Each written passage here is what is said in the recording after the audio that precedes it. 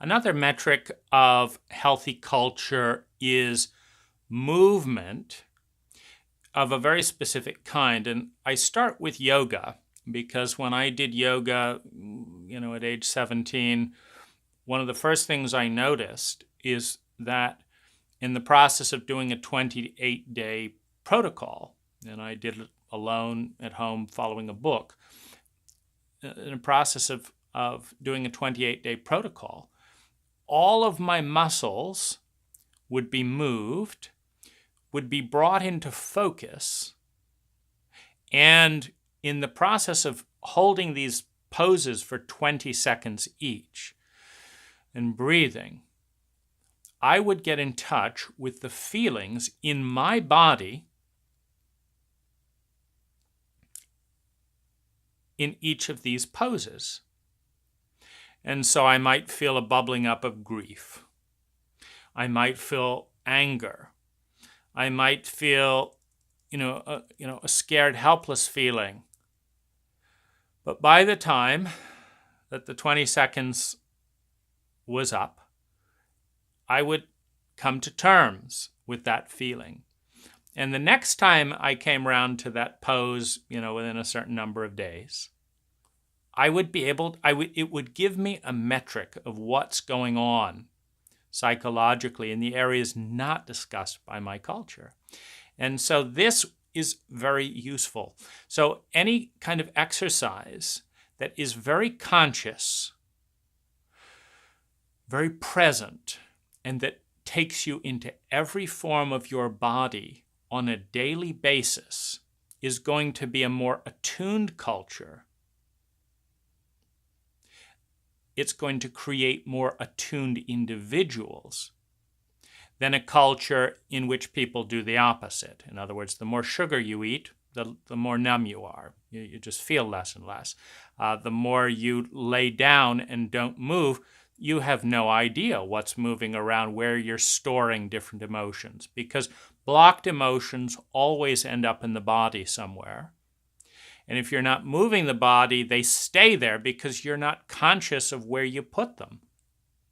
You move into that and you have a chance to pull them back. At the very least, you have the awareness that something's going on and it's not left yet, because all emotions produce electrical charges. And these electrical charges either come to consciousness and get processed by the conscious mind, or when the conscious mind is overwhelmed, it sends the electrical charge and stores the charge in a part of the body. Now, it freezes there. And I can feel this on a daily basis. Like a thought comes up and I'm not, it's like, I don't want to think that thought. I don't want to examine it. I don't want to think about it. And I'll feel a muscle. For me, it's often in my legs, my calves. I'll feel and I'll like, how am I going to get that out there? And I'm still learning about that because, I'm in an emotionally illiterate culture. But the more that we are present on a regular basis to, at the very least, 3 in-breaths and out-breaths without any pressure to every muscle in our body, the more it's sending our consciousness around, which has the ability to release that charge back to consciousness. It's like, I don't know what it is, but every time I see that face, I feel a spasm of emotion. That my body twists slightly, and I don't want to deal with it. Okay, that's a good start.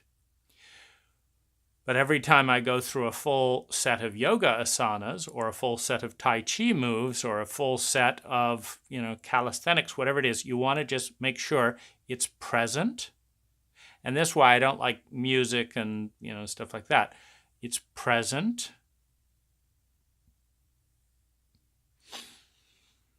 The body breathes in and out into those areas. And I can see what's there. It's the structure.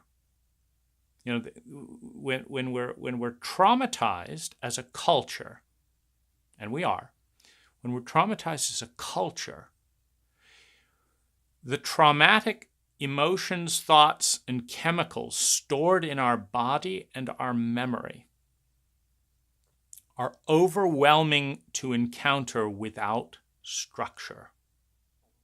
Now, there's a couple of different types of structures and supports. One can be, someone out there holding space. But the structure of a 20-second pose is a safety valve. I can go in here for 20 seconds. It's almost over. Feels terrible right now. 20 seconds is over. Release the pressure. Next week, I go back in there. 20 seconds. Is it worse or is it better? Let's say we're grieving the loss of a child. Is it worse or is it better? We can follow the waves, but we need to revisit and come back to our bodies regularly. If not, if we do not have a structure, if we don't understand this to be, first of all, secondly, if we're not engaging with our bodies and we don't have a structure to create safety and bring us into every part, 20 minutes of yoga, which is what I did for years, is a specific ritual. And so it's a very contained structure, and we feel safe. Once we're not going to die, go through this. We feel safe. That's a way to engage and release and become conscious. Cultures in which everyone does this are healthier than cultures in which nobody does this. Cultures in which half of the people do this are healthier than cultures in which nobody does this. People that do this daily are going to be healthier than people who do it weekly. So there's a continuum, but the principle is conscious, contained, timed, breath in and out, presence to every muscle in our body regularly.